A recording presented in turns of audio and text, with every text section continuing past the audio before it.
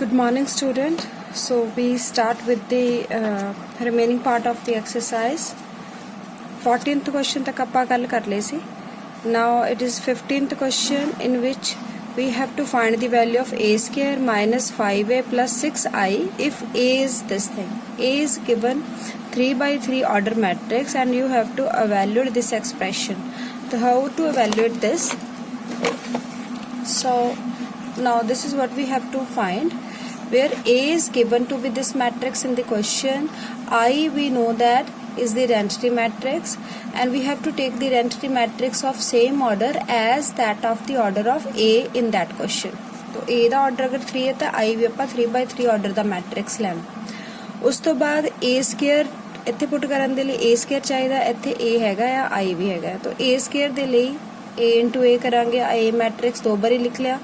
Now we have to multiply this two matrices और multiplication का rule सानू पता है कि पहले मैट्रिक्स की रो ते दूसरे मैट्रिक्स के कॉलम जेडे ओ इस तरीके नाल मल्टीप्लाई होने. तो we take first row of the matrix and multiply it with the first column. तो फर्स्ट कॉलम ना मल्टीप्लाई किद्दां करना है, कॉरस्पॉन्डिंग एलिमेंट मीनस पहले ना दूसरे एलिमेंट ना दूसरे ना तीसरे मल्टीप्लाई करके ऐड कर देना. So this is 2 into 2 4, 0 into 2 0, 1 into 1 is 1. So we add these. फिर पहली रो नु पहले कॉलम ना हो गया, फिर फर्स्ट रो नु सेकंड कॉलम ना. तो सेकंड कॉलम दे कॉरस्पॉन्डिंग एलिमेंट्स ना मल्टीप्लाई करोगे. 2 into 0 is 0, 0 into 1 is 0, 1 into minus 1 is minus 1. Then we multiply this row with the third column. Similarly with the third column we have to multiply 2 into 1 2, 0 into 3 is 0, 1 into 0 is 0. So एक रो ਨੂੰ ਤਿੰਨੋਂ column ਨਾਲ multiply ਕਰ ਲਿਆ. ਹੁਣ ਸਾਡੇ ਕੋਲ ਕੋਈ ਹੋਰ ਕਾਲਮ ਨਹੀਂ ਹੈ, ਇਸ ਕਰਕੇ ਆਪਾਂ ਦੂਸਰੀ ਰੋ ਨੂੰ ਸ਼ੁਰੂ ਕਰਨਾ ਹੈ. ਜਦੋਂ ਇੱਧਰ ਆਪਾਂ ਦੂਸਰੀ ਰੋ ਨੂੰ ਮਲਟੀਪਲਾਈ ਸ਼ੁਰੂ ਕਰਨਾ ਤੇ ਇੱਧਰ ਲਿਖਣਾ ਵੀ ਦੂਸਰੀ ਰੋ 'ਚ ਸ਼ੁਰੂ ਕਰ ਦੇਣਾ. ਸੋ ਦੂਸਰੀ ਰੋ ਨੂੰ ਪਹਿਲੇ ਕਾਲਮ ਨਾਲ ਮਲਟੀਪਲਾਈ ਕਰਨਾ. 2 into 2 4, 1 into 2 is 2, 3 into 1 is 3. Then with the second column 2 into 0 is 0, 1 into 1 is 1, 3 into minus 1 is minus 3. Now with the third column 2 into 1 is 2, 1 into 3 is 3, 3 into 0 is 0. Now we multiplied the second row with all the columns. Now we come to the third row. So third row ਨੂੰ ਵੀ ਤਿੰਨੋਂ column ਨਾਲ multiply ਕਰਨਾ ਹੈ. ਤਾਂ third row ਦੇ ਵਿੱਚ 1 into 2 2, minus 1 into 2 is minus 2, 0 into 1 is 0. फिर दूसरे कॉलम दे नाल 1 into 0 is 0, minus 1 into 1 is minus 1, 0 into minus 1 is 0. Third column दे नाल 1 into 1 is 1, minus 1 into 3 is minus 3, 0 into 0 is 0. सो हुण आपां इन्हां नूं एडिशन ਜਾਂ सबट्रैक्शन जो भी इहनूं कैलकुलेट कर लैंदे आ. तो this will become the matrix A square. So A square आ गया.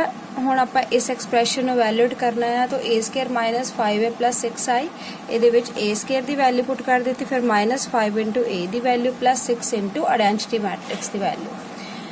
ਨਾਓ ਪਹਿਲਾਂ ਆਪਾਂ ਇਹਦੇ ਵਿੱਚ ਕੀ ਕਰੀਏ ਕਿ ਜਿਹੜੇ ਸਕੇਲਰ ਮਲਟੀਪਲ ਹੈ, ਜਿੱਦਾਂ 5 ਹੈ ਇੱਥੇ 6 ਹੈ, ਇਹ ਅੰਦਰ ਸਾਰੇ ਐਲੀਮੈਂਟਸ ਨਾਲ ਮਲਟੀਪਲਾਈ ਹੋਣੇ ਆ. ਉਹ ਮਲਟੀਪਲਾਈ ਕਰ ਲਿਆ. ਪਹਿਲਾਂ 5 ਨੂੰ ਮਲਟੀਪਲਾਈ ਕਰ ਲਿਆ ਇੱਥੇ, ਫਿਰ 6 ਨੂੰ ਅੰਦਰ ਮਲਟੀਪਲਾਈ ਕਰ ਲਿਆ.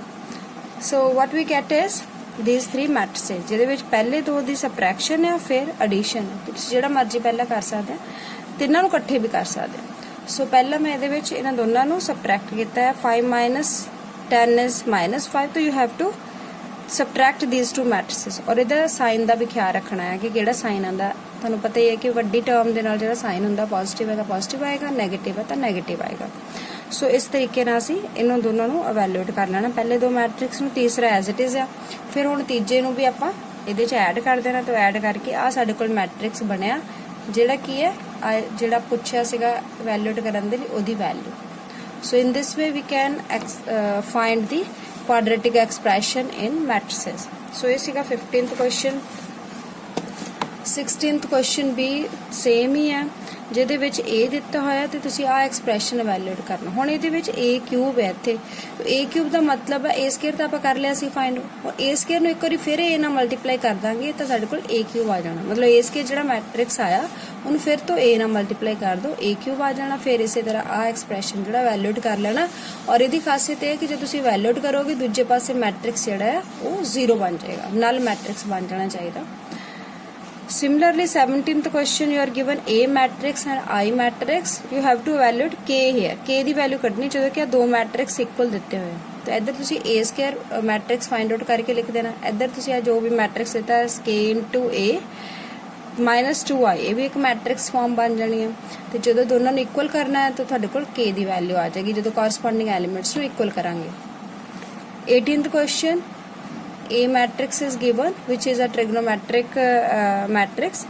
I matrix is a identity matrix of order 2. Then we have to prove this thing. ਇਹਦੇ ਚ ਦੋਨੋਂ ਸਾਈਡ ਇਕੁਅਲ ਪ੍ਰੂਵ ਕਰਨੀ ਹੈ ਤਾਂ ਦੋਨੋਂ ਆਪਾਂ ਸੋਲਵ ਕਰਾਂਗੇ ਪਹਿਲਾਂ ਇੱਧਰਲੀ ਸਾਈਡ ਸੋਲਵ ਕਰ ਲਓ I ਆਇਡੈਂਟੀਟੀ ਮੈਟ੍ਰਿਕਸ ਪਲੱਸ ਆ ਮੈਟ੍ਰਿਕਸ ਐਡ ਕਰ ਦਿਓ ਦੋਨਾਂ ਨੂੰ ਕੋਰਸਪੋਂਡਿੰਗ ਐਲੀਮੈਂਟਸ ਨੂੰ ਐਡ ਕਰਕੇ ਇਧਰਲੇ ਪਾਸੇ ਕੀ ਕਰਨਾ ਪਹਿਲਾਂ I - A ਕਰੋ I ਚੋਂ A ਸਬਟ੍ਰੈਕਟ ਕਰੋ ਉਸ ਤੋਂ ਬਾਅਦ ਇਸ ਮੈਟ੍ਰਿਕਸ ਨਾਲ ਉਹਦੀ ਮਲਟੀਪਲੀਕੇਸ਼ਨ ਕਰੋ ਪ੍ਰੋਡਕਟ ਆਫ ਮੈਟ੍ਰਿਸਿਸ ਦੇ ਤਰੀਕੇ ਨਾਲ ਤੇ ਜਦੋਂ ਮਲਟੀਪਲਾਈ ਕਰਕੇ ਉਸ ਤੋਂ ਬਾਅਦ ਤੁਸੀਂ ਚੈੱਕ ਕਰਨਾ ਕਿ ਦੋਨੋਂ ਬਰਾਬਰ ਆਉਂਦੇ ਕਿ ਨਹੀਂ ਉਹਨੂੰ ਚੈੱਕ ਕਰਨ ਦੇ ਲਈ ਕਿਉਂਕਿ A ਮੈਟ੍ਰਿਕਸ ਹੈਗਾ tan ਦੀ ਫਾਰਮ 'ਚ ਤੇ ਜਿਹਨਾਂ ਆਪਾਂ ਮਲਟੀਪਲਾਈ cos sin ਦੀ ਫਾਰਮ ਦੇ ਵਿੱਚ ਸੋ ਇਹਦੇ ਲਈ ਕੀ ਰਹੇਗਾ ਠੀਕ ਹੈ ਜਿਹੜਾ cos sin ਹੈ ਇਹਨੂੰ ट्रिग्नोमेट्रिक फॉर्म च चेंज कर लो हाफ एंगल दे विच द cos दा हाफ एंगल दा फार्मूला sin दा हाफ एंगल दा formula sin 2a is 2 sin a cos b so इस तरीके नाल तुसीं इहदी वैल्यू पुट कर लेनी है तो इहदे च मैं तुहानूं दसदी cos जे आपां अल्फा दी फॉर्म च आपां क्योंकि tan च इहनूं भी आपां tan च करना तो tan दे विच cos दा फार्मूला हुंदा है 1 minus tan square alpha by 2 upon 1 plus tan square alpha by 2 ते sin दी वैल्यू हुंदी है 2 tan alpha by 2 upon 1 plus tan square alpha by 2 so these are the two values that we are going to put it here तो ਇਹਦੇ ਵਿੱਚ sin ਤੇ cos the value in terms of tan put ਕਰ ਦੋ ਫਿਰ multiply ਕਰ ਦੋ ਤੇ ਤੁਹਾਡਾ ਇਹਦੇ ਬਰਾਬਰ ਆ ਜਾਏਗਾ ਸੋ ਇਹਨੂੰ ਪ੍ਰੂਵ ਕਰੋ नेक्स्ट इज स्टेटमेंट वाले क्वेश्चन 19th क्वेश्चन है 20th ਤੇ ਅੱਗੇ 21 तीन क्वेश्चन स्टेटमेंट टाइप है तो ये भी मुश्किल नहीं है सगों स्टेटमेंट वाले क्वेश्चन ज़्यादा ईजी होंगे आप ये अपलाई करनी मैट्रिक्स मल्टीप्लिकेशन की दिता होया कि एक ट्रस्ट को 30,000 रुपीज़ है जिन्होंने इन्वेस्ट करना दो तरह के बॉन्ड दे विच ते पहले बॉन्ड दे 5% इंटरस्ट मिलता दूसरे दे उत्ते 7% मिलता है मैट्रिक्स मल्टीप्लिकेशन यूज़ करके तुसी 30,000 इस तरीके नाल डिवाइड करना टू बॉन्ड दे विच ताकि टोटल जिहड़ा इंटरस्ट है वो इन्ना बने पहला केस या फिर इन्ना बने तो ये की करना सी कि 30,000 के दो पोर्शन बना लेने एक मान लो एक पोर्शन हैगा एक्स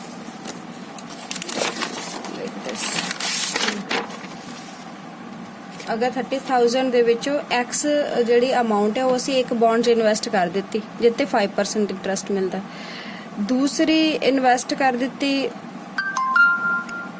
30,000 माइनस एक्स ठीक है सो इनू आपां इदां भी कर सकते हैं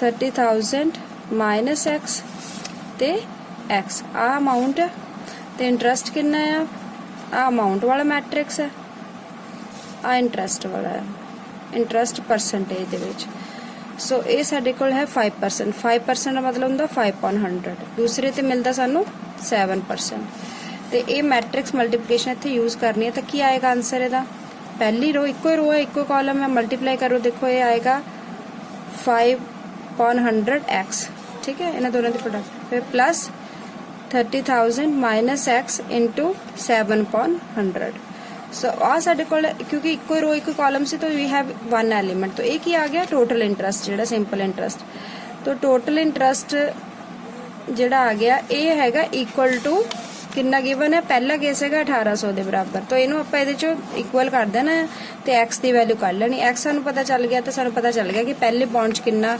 पैसा इन्वेस्ट करना चाहिए तो x नूं इचों सबट्रैक्ट कर देंगे तो दूसरे बॉन्ड का पता चल जाएगा सो इस तरीके नाल ये स्टेटमेंट नूं असीं ब्रेक कर लेना मैट्रिक्स की फॉर्म च सिमिलरली इहदे विच है जिहड़ा 20th क्वेश्चन है कि बुक शॉप दे विच 10 डजन केमिस्ट्री दी बुक्स है 8 डजन फिजिक्स दी ते 10 डजन इकनॉमिक्स दी बुक्स है सैलिंग प्राइस सारिਆਂ ਦਾ ਦਿੱਤਾ ਹੋਇਆ ਤੇ ਇਹਦੇ ਵਿੱਚ ਵੀ ਐਂ ਕਰਨਾ ਜਿਹੜੀਆਂ ਬੁక్స్ ਆ ਉਹਨੂੰ ਤੁਸੀਂ ਇਸ ਤਰੀਕੇ ਨਾਲ ਲਿਖ ਲੈਣਾ रो मैट्रिक्स ਦੇ ਵਿੱਚ ਜਿਹੜਾ ਪ੍ਰਾਈਸ ਹੈ ਉਹ ਕਾਲਮ ਮੈਟ੍ਰਿਕਸ 'ਚ ਲਿਖ ਲਓ ਜਿੱਦਾਂ 80 ਹੈ 60 ਹੈ ਤੇ 40 ਹੈ ਨੰਬਰ ਆਫ ਬੁక్స్ ਹੈਗੀਆਂ 8 डजन ਦਾ मतलब 8 into 12 करके नंबर ऑफ बुक्स टोटल आनी है ਤੇ ਫਿਰ ਕੈਮਿਸਟਰੀ ਦੀਆਂ ਹੈਗੀਆਂ 10 ਡਜਨ, ਜਾਣੀ ਕਿ 10 × 12 ਹੋ ਜਾਣਗੀਆਂ।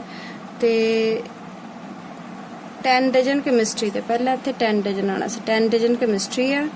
ਫਿਰ 8 ਡਜਨ, ਕਿਉਂਕਿ ਸਾਨੂੰ ਉਸੇ ਆਰਡਰ 'ਚ ਲਿਖਣਾ ਪੈਣਾ ਜਿਸ ਆਰਡਰ 'ਚ ਅਸੀਂ ਉਹਨਾਂ ਦੇ ਪ੍ਰਾਈਸ ਲਿਖਿਆ, 8 ਡਜਨ। ਤੇ ਫਿਰ 10 ਡਜਨ ਇਕਨੋਮਿਕਸ ਦੇ ਬੁੱਕਸ ਹੈ। ਤਾਂ ਆਹ ਨੰਬਰ ਆਫ ਬੁੱਕਸ ਆ, ਇਹਨਾਂ ਨੂੰ ਮਲਟੀਪਲਾਈ ਕਰ ਲੈਣਾ ਤੇ ਇੱਧਰ ਮਲਟੀਪਲਾਈ ਕਰਾਂਗੇ ਪ੍ਰਾਈਸ ਮੈਟ੍ਰਿਕਸ ਨਾਲ। ਆਹ ਪ੍ਰਾਈਸ ਆ ਹੈਗਾ ਅਮਾਉਂਟ ਕਹਿ ਸਕਦੇ ਆ, ਜਾਂ ਇਹਦੇ ਵਿੱਚ ਸਾਡੇ ਕੋਲ ਕੀ ਹੈ ਨੰਬਰ ਆਫ ਬੁੱਕਸ ਆ, ਕਿ ਕਿੰਨੇ ਆ ਸਾਡੇ ਕੋਲ ਹੈਗੀਆਂ ਬੁੱਕਸ, ਨੰਬਰ ਆਫ ਬੁੱਕਸ ਲਿਖ ਸਕਦੇ ਆ। ਤੇ ਆ ਉਹਨਾਂ ਦੀ ਕਾਰਸਪੋਂਡਿੰਗ ਪ੍ਰਾਈਸ ਹੈ, ਤੇ ਇਹਨਾਂ ਨੂੰ ਮਲਟੀਪਲਾਈ ਕਰੋਗੇ ਤੁਹਾਡੇ ਕੋਲ ਟੋਟਲ ਪ੍ਰਾਈਸ, ਟੋਟਲ ਅਮਾਉਂਟ ਉਹਨੇ ਪੁੱਛਿਆ, ਟੋਟਲ ਅਮਾਉਂਟ ਆ ਜਾਏਗਾ। So this is very simple question. ਤੇ ਹੁਣ 24, 21 ਤੇ 23 ਇਹ ਆਪਾਂ ਜਿਹੜੇ ਆਲਰੇਡੀ ਕੀਤੇ ਹੋਏ ਟਾਈਪ ਉਹੀ ਹੈ। Means restriction on K N K P such that this is defined, ਕਿਉਂਕਿ ਇਹ ਆਰਡਰ ਦੇ ਹਿਸਾਬ ਨਾਲ ਆ ਕਿ ਆਰਡਰ ਦਿੱਤਾ X Y Z W P ਤਾਂ ਆਰਡਰ ਆ ਦਿੱਤਾ ਹੋਇਆ ਸਾਰਿਆਂ ਦਾ। ਹੁਣ ਆਪਾਂ ਦੇਖਣਾ ਕਿ ਰਿਸਟ੍ਰਿਕਸ਼ਨ ਕੀ ਹੁੰਦੀ ਹੈ, ਕਿ ਆਰਡਰ ਦੇ ਉੱਤੇ ਰਿਸਟ੍ਰਿਕਸ਼ਨ ਕਿ ਜੇ ਐਡ ਕਰਨਾ ਤਾਂ ਦੋਨੋਂ ਮੈਟ੍ਰਿਕਸ ਦਾ ਆਰਡਰ ਸੇਮ ਹੋਣਾ ਚਾਹੀਦਾ। ਜੇ ਆਪਾਂ ਮਲਟੀਪਲਾਈ ਕਰਨਾ ਤਾਂ ਆਪਾਂ ਨੂੰ ਪਤਾ ਹੈ ਕਿ ਪਹਿਲੇ ਮੈਟ੍ਰਿਕਸ ਦੇ ਕਾਲਮ ਦੂਸਰੇ ਮੈਟ੍ਰਿਕਸ ਦੇ ਰੋ ਦੇ ਬਰਾਬਰ ਹੋਣੇ ਚਾਹੀਦੇ ਆ। ਤਾਂ ਆਹ ਚੀਜ਼ ਆਪਾਂ ਚੈੱਕ ਕਰਨੀ ਕਿ P ਦਾ ਆਰਡਰ ਕੀ ਹੈ। ਜਿੱਦਾਂ ਇਹਦੇ 'ਚ P ਦਾ ਆਰਡਰ ਹੈਗਾ P क्रॉस Q, ਆਇਆ P क्रॉस Q ਤੇ ਸੌਰੀ P क्रॉस K। ਤੇ ਸੈਕਿੰਡ ਮੈਟ੍ਰਿਕਸ Y ਦਾ ਆਰਡਰ ਹੈ 3 क्रॉस K। ਸੋ ਇਹ ਕੰਪੈਟੀਬਲ ਜਦੋਂ ਹੋਣੇ ਆ ਜਦੋਂ ਇਹ ਦੋਨੋਂ ਚੀਜ਼ਾਂ ਇਕੁਅਲ ਹੋ ਜਾਣੀ, ਯਾਨੀ ਕਿ K = 3। ਸੋ K = 3 ਵਨ ਕੰਡੀਸ਼ਨ ਦਿੱਤੀ ਹੋਈ ਹੈ। ਫਿਰ ਇਸੇ ਤਰ੍ਹਾਂ W × Y, ਇਹ ਪ੍ਰੋਡਕਟ ਕਦੋਂ ਡਿਫਾਈਨ ਹੋਏਗੀ, ਜਦੋਂ W ਦੇ ਵਿੱਚ ਜਿੰਨੇ ਕਾਲਮ ਆ, W ਮੈਟ੍ਰਿਕਸ ਆ ਚ ਕਿੰਨੇ ਕਾਲਮ ਹੈ P, that must be equal to rows in Y। ਤਾਂ Y ਦੇ ਵਿੱਚ ਰੋਜ਼ ਹੈਗੀਆਂ 3, ਇਹਦਾ ਮਤਲਬ ਇਹਦੇ ਵਿੱਚ ਵੀ ਸਾਡੇ ਕੋਲ ਵੈਲਿਊ ਇਸ ਤਰੀਕੇ ਨਾਲ ਇਕੁਏਟ ਕਰਕੇ ਵੈਲਿਊ ਆਪਾਂ ਸੋਲਵ ਕਰ ਲੈਣੀ। ਤਾਂ ਇਹਨਾਂ ਵਿੱਚ ਕਿਹੜੀ ਵੈਲਿਊ ਆਉਂਦੀ, ਕਿਹੜੀ ਕੰਡੀਸ਼ਨ ਟਰੂ ਆ ਰਹੀ ਹੈ, तो ਆਪਾਂ ਚੈੱਕ ਕਰ ਸਕਦੇ ਹਾਂ। ਸਿਮਿਲਰਲੀ ਇਸੇ ਕੁਐਸਚਨ ਦਾ ਪਾਰਟ ਹੈ, ਅਗਰ n p ਦੇ ਬਰਾਬਰ ਹੋ ਜਾਣਗੇ ਤੇ ਇਸ ਮੈਟ੍ਰਿਕਸ ਦਾ ਆਰਡਰ ਕੀ ਹੋਏਗਾ। ਤਾਂ ਵੀ know how to right the order. Edition ਵਿੱਚ ਆਰਡਰ ਸੇਮ ਹੀ ਰਹਿੰਦਾ ਹੁੰਦਾ ਜਿੰਨਾ ਗਿਵਨ ਮੈਟ੍ਰਿਕਸ ਦਾ ਹੁੰਦਾ ਹੈ। ਮਲਟੀਪਲੀਕੇਸ਼ਨ ਦੇ ਵਿੱਚ ਆਰਡਰ ਤੁਹਾਨੂੰ ਦੱਸਿਆ ਹੋਇਆ ਕਿ ਕਿਸ ਤਰੀਕੇ ਨਾਲ ਅਸੀਂ ਨਿਕਾਲ ਸਕਦੇ ਹਾਂ। So that's all with the exercise. ਤੇ ਕੱਲ ਇੱਕ ਟੈਸਟ ਹੋਏਗਾ ਤੇ ਬੀ ਪ੍ਰਿਪੇਅਰ ਫॉर दैट। ਜਿੰਨਾ ਆਪਾਂ ਟੌਪਿਕ ਕੀਤਾ ਉਹਦਾ ਟੈਸਟ ਲੈਣਾ ਆ, ਪਲੱਸ ਉਹ ਜਿਹੜਾ ਟੈਸਟ ਆ ਉਹਦੇ ਜਿਹੜੇ ਤੁਸੀਂ ਸੋਲਵ ਕਰਕੇ ਇਸੇ WhatsApp ਦੇ ਵਿੱਚ ਤੁਸੀਂ ਪੋਸਟ ਕਰਨਾ ਆ। that will be considered as your attendance। okay, thank you।